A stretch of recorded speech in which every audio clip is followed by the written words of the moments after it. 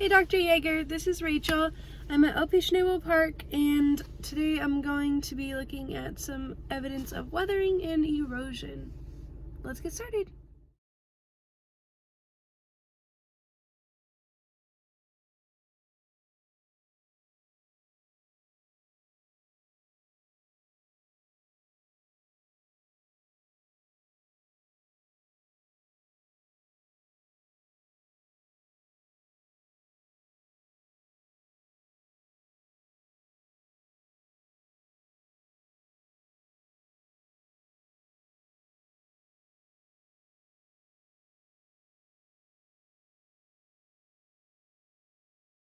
So I've made it a little bit into the trail for the Leon Creek Greenway, which is the trail I picked because I knew I had some places to go. And we found this kind of like a wind tunnel valley a little bit.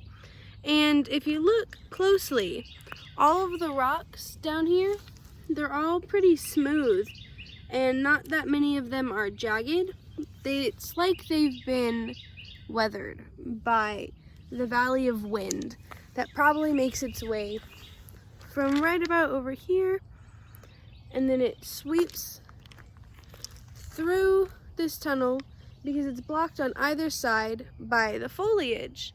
And so the wind just makes its way straight through this tunnel, and it weathers all these rocks that are right in this valley. But if you look just off to the side, in the more foliage section, the rocks are more jagged and they have sharper edges compared to the rocks that are straight in the valley that are all smooth. And that is wind weathering.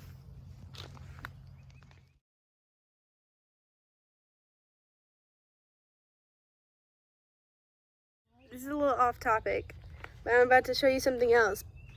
But in the process, I found the grossest thing ever that I thought you might enjoy. I don't know if you can see all those black spots. These are all daddy long leg spiders, and I just kind of grossed out, but I thought you might enjoy that. There you go. So right now, we've made our way a little bit farther past the wind tunnel that we were just in, and right now we are in this like rock pit. And I have found two pieces of evidence of erosion right in this little rock alcove. And the first one I want to talk about is this line that you can see that runs all the way, hi Jasmine, that runs all the way around the rocks. And that, I want to say, is evidence that this whole area used to be filled with water.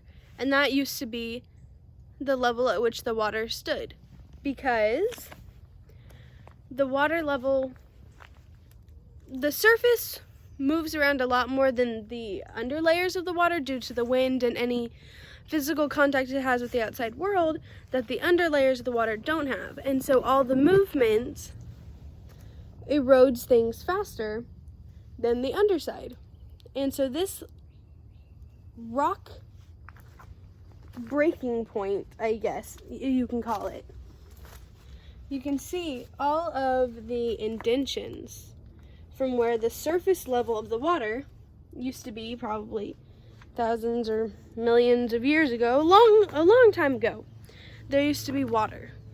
And now if we go back over in this direction, there is plant growth due to what I think is probably gravity.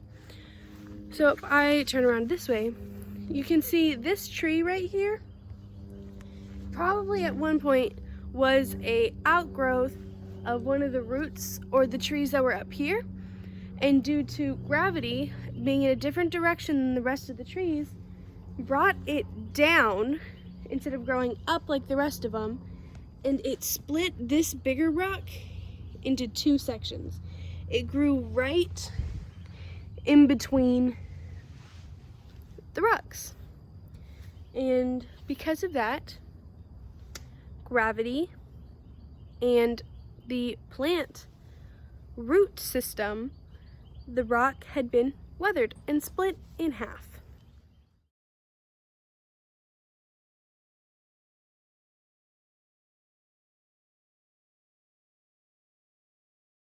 I was on my way to the next section that I wanted to go to show you when I came across this little path right here, which is a good indicator of weathering in soil due to roots. So you can see that once I go a little bit higher up here, every time there's a root, the soil underneath that root dips down kind of like a step. This one is probably the best example to show you. The soil is up here, gets to the root, and it goes down. The root is what's keeping that soil high in its place. But once you get past the root, there's nothing to hold it, and the wind that probably sweeps its way down here, or when it rains and the water runoff comes down, it washes away the soil and any little rocks that are down there and the foliage. Anything that's down here is not being held by anything like the soil that is directly underneath each root.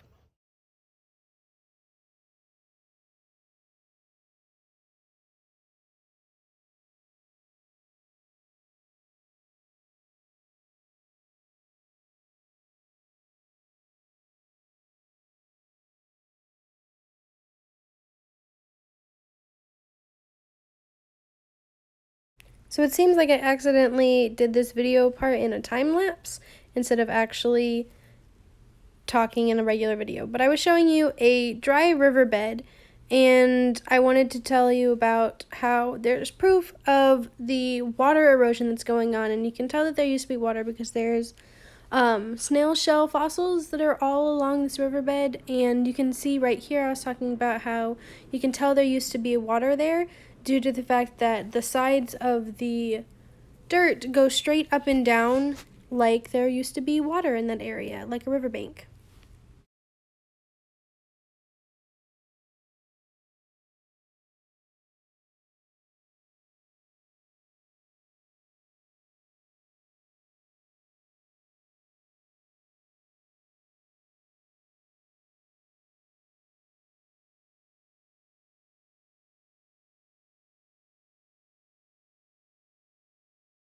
So that was my trail and trek around OP Schnabel Park, and I hope that it sufficed.